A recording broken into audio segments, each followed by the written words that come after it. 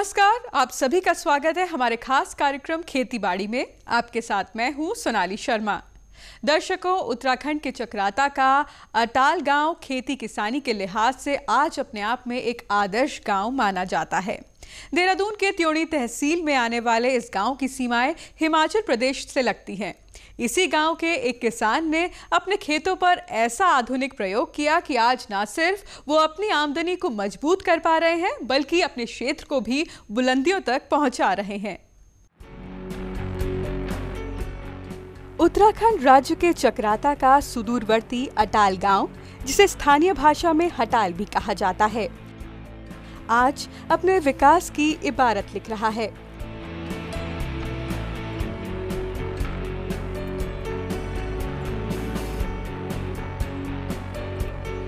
दरअसल अटाल पंचायत के पूर्व प्रधान एवं 62 वर्षीय प्रगतिशील किसान प्रेमचंद शर्मा अपने अनुभव और तकनीक की मदद से 40 बीघा क्षेत्र में खेती और बागवानी करते हैं।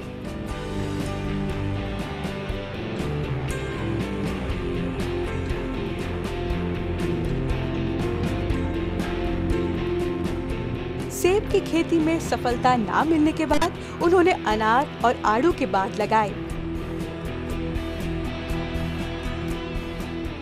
साल 1994 में उन्होंने फलोत्पादन को बढ़ावा देने के लिए अटाल में अनार की सफल खेती की और वर्तमान में 1.5 हेक्टेयर क्षेत्र में अनार की खेती कर रहे हैं।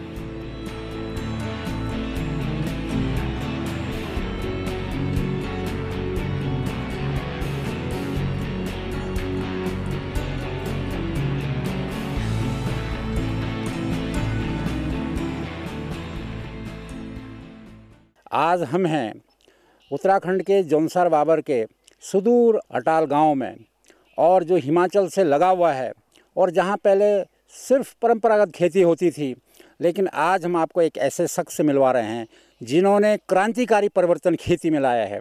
और ये एक प्रगतिशील किसान है। आज इन्होंने हिमाचल में जाके पहले वहाँ देखा और उससे अपनी खेती शुरू की, वैज्ञानिक खेती शुरू की, और आज हिमाचल के वो लोग यहाँ ट्रेनिंग लेने आते हैं। ये हैं उत्तराखंड के प्रगतिशील किसान। आपने ये चमत्कार कैसे किया, जबकि यहाँ उखड़ खेती हम देख रहे हैं, पथरीली है, लेकिन आपने यहाँ नखलेस्तान बना दिया है। ये कैसे शुरू किया, कैसे आपके दिमाग में आया? मतलब हम जो है पहले हिमाचल जाते थे, मजदूरी करने जाते थे हिमाचल में, और जब हमने ये देखा कि मतलब वहाँ पर जो इतने गजब का वो काम कर रहे, तो हमने ये सोचा कि यहाँ क्यों नहीं हो सकता ये काम। इसी को हमने आगे बढ़ाते हुए तब हमने पहले सोचा कि सेब लगाएं, लेकिन सेब भी यहाँ नहीं लग रहा था। और अनार के लिए भी हमने कई उद्यान विभाग को पूछा और फॉरेस्ट विभाग को पूछा, उन्होंने कहा कि अनार इस जगह नहीं हो सकता। लेकिन मेरे दिमाग में एक बात थी कि जब जंगली अनार हो सकता है तो ये अनार भी हो सकता है। तो हमने जो है इसको जो है जगह जगह से लाया, और कुल्लू में भी हो रहा था। ये मैंने कुल्लू से भी लाया और महाराष्ट्र से भी लाया। ये भगवा प्रजाति का जो अनार है, ये साल की 2 फसल भी दे रहा है, लेकिन हम यहाँ पर एक ही फसल लेते, क्योंकि हमारे को सर्दी में शीत इसका सामना करना पड़ता है। तो इससे हमने जो है ये देखा कि, और इसके साथ साथ हम कृषि का विविधीकरण कर रहे हैं।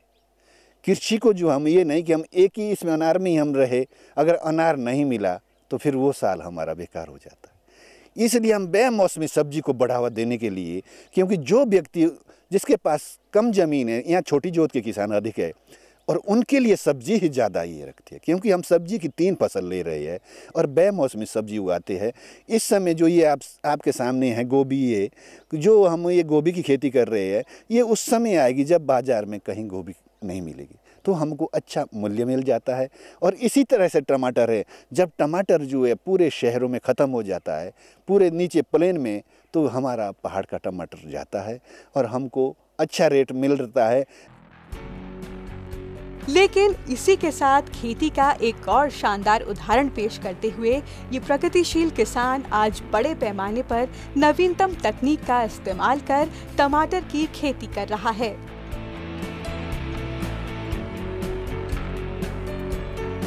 एक व्यक्ति ने मेरे से ये प्रश्न किया कि क्या पत्तों की खाद बनेगी? तो हमने उनको एक जवाब दिया कि पशु क्या खाता है? पशु पत्ता ही खाता है, लेकिन वो महीन चबाता है, इसलिए सुबह को खाद बना के तैयार कर देता है। लेकिन हम जो है इसको 1 महीने के अंदर ये हमारी खाद तैयार हो रही है। पिछले साल भी हमने इस मशीन से कम जो है 500 क्विंटल खाद तैयार की थी। मतलब ये आप जैविक खाद कैसे तैयार करते हैं, क्या है ये मैं आपको अपनी जो हमारे गांव अपनी लैब है, मैं उसी के बारे में बताता हूं कि हमने किस तरह से इसको तैयार किया है। कि हमने जो है पहले, जैसे ये सामने ड्रम में है, ये जीवामृत बनाने की जो ये काम किया है, इसमें 2 किलो गुड़ और 2 किलो बेसन और या कोई भी दाल का आटा 2 किलो और 2 किलो गुड़ और आपके 1 किलो हम उसके पीपल के पेड़ के नीचे की मिट्टी का ये करते प्रयोग। और बाकी गौमूत्र 10 लीटर गौमूत्र और 10 किलो गोबर, और उससे हम ये 15 दिन तक हम इसको यहाँ रहने देते और उसके बाद हम इसको इसमें डालते इसी टैंक में, और उसके माध्यम से हम इसको फिल्टर करके और पेड़ों पे जहाँ स्प्रिंकलर से और ड्रिप से हम पौधे को दे रहे हैं। और उसका असर जो देखने के लिए ये मिल रहा है कि बहुत बड़ा लाभ मिल रहा है हमारे को, क्योंकि औरों का सबके एक समाप्ति की ओर खत्म है टमाटर ये, और हमारा टमाटर अब आप देखेंगे बिल्कुल। और जो ये यहीं पर है ये गौमूत्र कीटनाशक जो हमने गौमूत्र का जो बनाया है, उसमें हमने जो है क्या किया, नीम का पत्ता और एलोवेरा उसको ग्राइंडर करके और गौमूत्र को डाल करके हमने उसको 15-20 दिन तक रखा। उसके बाद हमने कपड़े से छान करके इसके लिए किया है। और दूसरा विकल्प हमने ये किया इसी का, क्योंकि ये बता रहे, हर वैज्ञानिक भी बता रहा है कि भाई अगर हम एक ही कीटनाशक इस्तेमाल करेंगे तो कीड़ा जो है आदी हो जाता है, मतलब कीड़ा भी आदी हो जाता है और फिर वो मरेगा नहीं। तो उसकी जगह हमने क्या किया कि दूसरा हमने ये ढूंढा कि अखरोट का पत्ता जो है उससे ज़्यादा, मतलब बहुत तेज अखरोट का पत्ता जिसमें कभी कोई कीड़ा नहीं लगता है और वो अपने आप में ही एक अलग फल है जिसमें कभी कोई दवाई नहीं पड़ती। सबसे बड़ा जैविक यही है, क्या नाम आपका, अखरोट है। और दूसरा विकल्प हमने अखरोट को वैसे ही ग्राइंडर करके, और एलोवेरा हमने इसलिए डाला कि एलोवेरा में जो है एलोवेरा स्टिकर का काम करता है और एलोवेरा से जो ये चिपकाता है, इसलिए जब हमने ये गौमूत्र का स्प्रे किया तो वो कीड़ा भाग गया। अब औरों के खेत में तो पहुंचा हुआ है, वहाँ तो नहीं, हमारे बगीचे में बिल्कुल वो एकदम से उस बगीचे को छोड़ के चला गया। उससे इतना लाभ हुआ कि अभी भी आप जब टमाटर के बीज चलेंगे तो आपको भी एहसास होगा कि उसमें जो है उसकी गंध आ रही है अभी भी, क्या नाम, गौमूत्र की। ये गौमूत्र बहुत लाभकारी है और हम चाह रहे हैं कि हम जो अब हमारे पास सब चीज़ अपने पास है, हमारे पास हम जो है कीटनाशक ये और जैविक इसी से यहाँ कर सकते हैं। एक गौशाला से 2 गाय से हम कम से कम जो है 10 एकड़ ज़मीन का लिए ये तैयार कर सकते हैं। क्योंकि आजकल क्या है कि आदमी जो है ज़्यादा उर्वरक का इस्तेमाल कर रहा है, बहुत ज़्यादा डाल रहा हो, फर्टिलाइज़र को बहुत इस्तेमाल कर रहा है। उससे क्या नुकसान हो रहा है कि वो जो है पौधा जो है हमारा 1 महीने में ही वो पौधा सूख के ख़त्म हो। लेकिन हमने जो ये अपनाई, हमने मल्चिंग भी हमने की हुई, मल्चिंग से और बिना मल्चिंग का भी हमारे पास टमाटर है। वो जो है आज दोनों बिना मल्चिंग का और मल्चिंग का इसीलिए हमारा हरा है कि हमने ये विधि अपनाई है जो जैविक कीटनाशक और ये जीवामृत से हमने ये तैयार किया। 20 बीघा में बागवानी और 20 बीघा में सब्जियां और अनाज उगाने पर इस किसान ने खेतों में पानी की चुनौती का भी समाधान किया।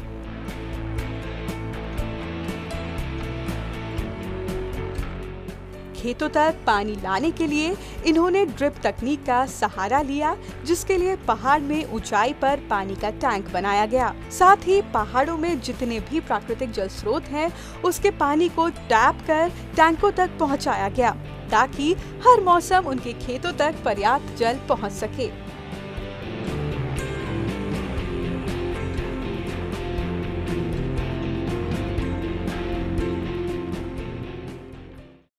कृषि के लिए ज़रूरी नहीं कि बहुत ज़्यादा पढ़ा लिखा हो। मैं तो एक अनपढ़ आदमी हूँ, 5वीं तक पढ़ा लिखा हूँ, और लेकिन आंखों देखी सही होती है, कानों सुनी नहीं। हमने भी जगह जगह इसका, मतलब जैसे मैंने इसका प्रशिक्षण जलगांव में लिया, जैन इरिगेशन में ड्रिप और स्प्रिंकलर का, और मैंने उसी दिन वहाँ पर ये ठाना कि मुझे भी ये काम करना है। और इसमें क्या है कि कम पानी से हम कैसे खेती कर रहे हैं, मतलब आप देखिए कि हमारे पास कम पानी है और उससे यहाँ के लोगों ने आज अटाल का नक्शा बदल दिया है। अटाल तो ऐसी जगह है कि जहाँ इतनी सन साइड है, मतलब डायरेक्ट धूप पड़ती है। सन साइड में बागवानी वैसे कम होती है, आप तो जानते हैं। सन साइड में बागवानी नहीं हो पाती, लेकिन यहाँ के लोगों ने जो है एक मेहनत के बल पर जो हमारे गांव में जो जहाँ भी हमारे जंगलों में जंगली स्रोत थे पानी के, वो सारे टैप करके हमने उसको यहाँ पहुँचाया, मतलब वो सारा पानी। और उससे सभी लोग, ये नहीं कि मैं यहाँ पर लेकिन अब जो है युवाओं को ये चीज़ एक मैंने नई ये कर रखी है, जो स्प्रिंकलर और ड्रिप, जिससे समय भी बच रहा है और हमारा उत्पादन भी बढ़ रहा है। ये हैं प्रेमचंद शर्मा जी, जो एक वैज्ञानिक हैं और इनकी लेबोरेटरी कोई हाईटेक लेबोरेटरी नहीं है, उनकी लेबोरेटरी एक खेत हैं। और आज इन्होंने दुनिया के, देश के अच्छे अच्छे संस्थानों से टेक्नोलॉजी लाई है और उस टेक्नोलॉजी को अपने माध्यम से, युवाओं के माध्यम से पहाड़ तक फैला रहे हैं। टमाटर की खेती हर मौसम में कायम रहे, इसके लिए उन्होंने अपने खेतों में लोहे की रॉड डाली, जिस पर प्लास्टिक के डोर बांधकर टमाटर के पौधों को टिकाया जाता है।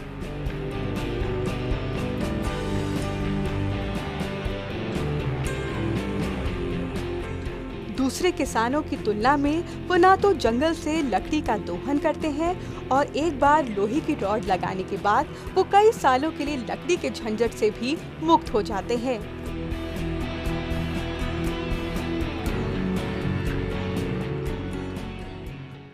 पर्यावरण के लिए जो हम जो एक भी झाड़ी नहीं लगा रखी और इसको पाइप के सहारे कैसे खड़ा कर रखा है। और इसका एक फ़ायदा हमें और ये मिल रहा है कि ये जो है कितना लंबा चल रहा है, जबकि टमाटर तो समाप्ति की ओर है सबका, आपने सबके खेतों में देखा है। लेकिन मेरा टमाटर अभी भी इसलिए है कि इसके लिए ये सुविधा है कि ये जो है कतई भी कोई पत्ता, जैसे लकड़ी पेड़ खड़ा करके लकड़ी झाड़ लगा के वो जब सड़ जाते हैं तो उसके साथ जो है पेड़ों पे और बीमारियां लगती है। लेकिन इसमें जो है ये तागे के सहारे जो हमने खड़ा किया है, ये जो है एक हमारे लिए बहुत ही। और दूसरा देखिए, साथ मल्चिंग के साथ साथ ड्रिप भी है इसमें लगा हुआ। और इसमें लोग सोच रहे कि बहुत ज़्यादा खर्चा है, खर्चा मेरा कहाँ हो गया, क्योंकि मुझे तो अलग से मुनाफा मिल रहा है ना। लोगों का टमाटर ख़त्म हो गया और मेरा तो अभी आ रहा है, अभी भी इसमें तो ये तो 2 महीने तक चलेगा, तो मुझे कितना फ़र्क, मेरे को मुनाफा भी मिल रहा है ना। और यहाँ का युवा जो है, जो बाहर से बेरोज़गार आ रहे हैं, उनके लिए इसलिए आसान है कि वो इस खेती को आसानी से कर सकते हैं। सब्जी एक विकल्प है, पहले बागवानी उसके बाद है। अगर हम पहले ही उन लड़कों को बागवानी में लगाएंगे तो एक दो साल में कोई फल नहीं मिलेगा, वो परेशान होकर फिर भाग जाएंगे। अगर जो ये सब्जी है, साहब ये हमारा 3 महीने का, ये 3 महीने में इसने मुझे 2 लाख रुपए कमा के दे दिए, अभी भी मुझे उम्मीद है कि और भी मुझे मिलेगा। जब मैंने टमाटर की खेती शुरू की तो मैंने भी झाड़ी लगाया, लेकिन मुझे जो है उससे ये लगा कि ये तो हर साल का समस्या है, हर साल हमें इसे काट के लाना है और इसको जो है हमने जंगल से लाना है, मजदूर लगाना है। और उसका जब मैंने हिसाब किताब जोड़ा तो बहुत महंगा बैठ रहा था। फिर मैंने सोचा क्यों ना हम एक बार इस तरह का ये करें, और ये मैंने 30,000 के एंगल आए मेरे, ये जो ये पाइप है लोहे का, वो 30,000 का पाइप आया।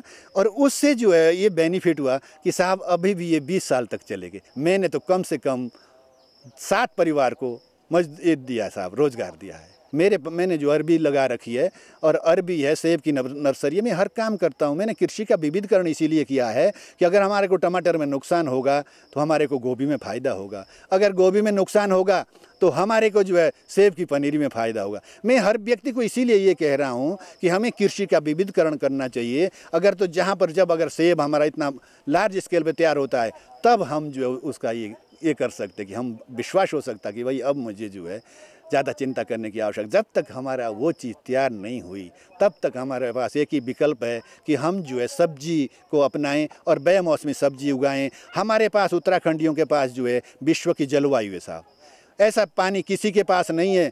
जिस पानी से हम सब्जी की सिंचाई करते हैं, फसल की सिंचाई करते हैं, वो देशवासियों को पीने के लिए भी नसीब नहीं है। यहाँ की सब्जी में इसीलिए इतना टेस्ट है कि यहाँ की जलवायु और यहाँ का मीठा पानी, यही हमारे लिए एक वरदान है। लेकिन सिर्फ हमारी सबकी जिम्मेदारी क्या बनती है कि हम सब लोग इस ओर आएँ और इसको आगे बढ़ाएं।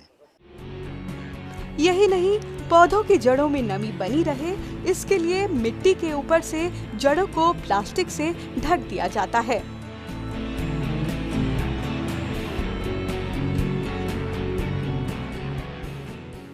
हमने जो भी चीज़ सीखी खेती बाड़ी का काम, जो नई टेक्निकल प्रधान जी से, हमारे शर्मा जी यहाँ पे, और इनसे ही सारा जो टेक्निकल भी, जो कोई भी टमाटर है और गोभी है, कोई भी ऐसा हो सारा हम इनसे सीखते हैं। इन्होंने बहुत सारे गांव के इनसे सीखने आते हैं, बताते कि हमें बताओ। जैसे ये कह रहे थे वो लकड़ी की वो झाड़ी लगाते सर, उसमें क्या होता था कि टमाटर तोड़ते समय आदमी कभी आंखों में चुभता था क्योंकि वो झाड़ी इस तरीके की होती थी। तो इन्होंने क्या टेक्निकल के इन्होंने वो ला रखे हैंगल टाइप के, और वो कम से कम 20 साल तक जैसे कह रहे थे वो चलेंगे, क्योंकि उसमें एक ही बार का खर्चा है सर। प्रदेश की सीमाओं से लगे अटाल गांव के इस होनहार किसान के परिश्रम से पड़ोसी राज्य के लोग भी वाकिफ हैं। हिमाचल के रहने वाले किसान कलीराम शर्मा जी भी बेमौसम हो रही टमाटर की खेती का राज जानने पहुंचे ताकि वो भी टमाटर उगाने के गुर सीख सके। जो यहाँ प्रेमचंद शर्मा जी ने ये तकनीकी अपनाई है टमाटर की, वो मुझे बहुत अच्छी लगी। हम भी ऐसी तकनीकी अपनाना चाहते हैं धीरे धीरे करके। ये टमाटर बहुत ही अच्छा है, हमें बहुत अच्छा लगा। इसमें जो इन्होंने ये बाड़ जैसी लगाई है, लोहे का बाड़ है और बांध के रखा हुआ है, ये बहुत ही अच्छा लगा हमें। टमाटर में जितनी अधिक मेहनत करेंगे उतना ही अच्छा टमाटर होता है। इन्होंने बहुत अच्छी मेहनत की है। इस समय जो टमाटर हरा है ये इनकी मेहनत का परिणाम है, और नहीं तो हम झाड़ियों में टमाटर लगाते हैं वो जल्दी सूख जाता है क्योंकि उसमें कीड़ा वगैरह अधिक लगता है। इसमें स्प्रे करने के लिए खुली ढुली जगह रहती है, इसलिए टमाटर ये बहुत अच्छा है। इस समय हमने 7-8 लाख का टमाटर बेचा हुआ है और सारा टमाटर हमारा दिल्ली जाता है। खेती को और अधिक बल मिले ऐसे में परिजनों का भी भरपूर सहयोग मिलता है। परिवार के अन्य सदस्य किसान के साथ कंधे से कंधा मिलाकर खेतों की देखभाल करते हैं ताकि फसलों के उत्पादन में किसी भी तरह की कोई कमी ना रह सके। कृषक के कार्य में उनकी धर्मपत्नी भी उनका भरपूर साथ देती है। दोनों की मेहनत और इच्छा शक्ति का ही नतीजा है कि आज उन्हें एक प्रगतिशील किसान के रूप में जाना जाता है और अलग अलग मंचों पर सम्मानित भी किया जा चुका है।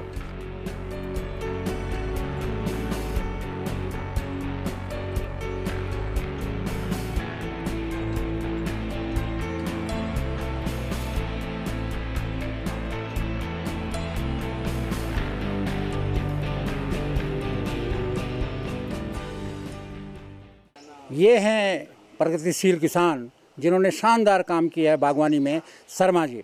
लेकिन हर पुरुष के पीछे एक महिला होती है उसके सपोर्ट में, उनकी धर्मपत्नी हैं। उनसे बात करते हैं कि कैसे वो इस जगह पहुँचे। मैडम, पहले तो सीधी खेती होती थी मक्का वगैरह वगैरह, लेकिन जब शर्मा साहब ने आप लोगों ने ये खेती करी तो कितना आपको फ़ायदा दिखा पहले वाली में, अब में क्या फ़र्क लगा? पहले वाली से जी अब ज़्यादा है फ़ायदा।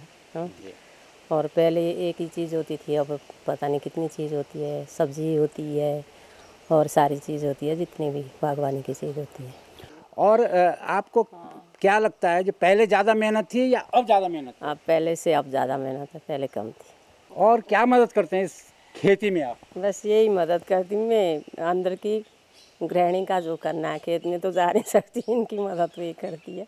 और जब मैं नहीं होता तो उसके हमारे इसमें सारी जिम्मेदारी मैडम की होती है। फिर कोई भी जो भी काम करना है वो मैडम के द्वारा। और हम तो अपनी आप वैसे कि बिना इनके पूछे कोई काम नहीं करते, कि इनका भी मतलब हर आदमी की सफलता की एक जो कहानी है उसमें गृहिणी का हाथ सबसे बड़ा होता है। खेतों में अच्छे जलवायु और वातावरण का असर सब्जियों पर भी पड़ता है और उनका स्वाद भी और अच्छा होता है। सोशल मीडिया के माध्यम से हमने इसको नेट पे खंगाला और उसमें लाल भिंडी हमने देखी, तो फिर मैंने ये कोशिश की कि हम कैसे इस भिंडी को जो है मतलब बीज मंगाए। तो मेरे एक मित्र आए थे, मतलब 2-4 साल पहले ही मेरे इसमें आए थे, क्या नाम, घर में, और वो बेंगलोर में सर्विस करते हैं। और ये इतना गजब का, हालांकि शुरू में हमको किसी भी कोई भी काम करते आप आइडिया नहीं होता हर व्यक्ति के पास। हमारा थोड़ा ये लाल भिंडी घनी लग गई क्योंकि हमने सोचा कि और अन्य भिंडियों की तरह ये भी छोटा ये रहेगा, और ड्रिप के माध्यम से हमने इसको तैयार किया है। लेकिन इसका पौधा जो है अन्य भिंडी से जो है 3 गुना बड़ा होता है, बहुत बड़ा, और इसकी पैदावार इतनी ज़्यादा है। और इसके जो पोषक तत्व है वो इसी में वो व्यक्ति जानते हैं जो इसको खाते हैं, इस्तेमाल करते हैं, जिन प्रदेशों में उगाया जाता है। यहाँ अनार और टमाटर की खेती के साथ गोभी, अखरोट, अश्वगंधा, लेमन ग्रास भी उगाए जाते हैं। इसके अलावा अटाल में नर्सरी प्लांट के तहत पौधे भी तैयार किए जाते हैं, जिन्हें जौनसार बावर के साथ ही हिमाचल प्रदेश और उत्तर प्रदेश के कृषकों तक पहुंचाया जाता है। शर्मा साहब, हमने देखा टमाटर और तरह तरह की भिंडियाँ और कितने सब्जियाँ, इतने फल, लेकिन हम देख रहे हैं कि जो साउथ में होता था, आपने यहाँ लौंग का पौधा तैयार कर दिया और मेडिसिनल प्लांट तैयार कर दिए। ये क्या है? ये मैं ये प्रयास कर रहा हूँ कि ज़रा हम जो है कितना ये है, हालांकि ये साउथ का पौधा है लौंग का, लेकिन यहाँ तैयार हो गया। अभी फल तो ये दिसंबर में देता है और वो बन नहीं पाता फल, और लेकिन मेरा प्रयास है कि मैं उसमें सफल हो जाऊँगा। इसके बाहर एक छोटा सा पॉली हाउस बना करके, और उसमें मुझे सफलता मिल जाएगी। अगर नहीं भी मिलेगी तो हमारा जो लौंग का काम जो पत्ता ही कर रहा है, और इसके साथ हमारे पास ये तेज पत्ता है।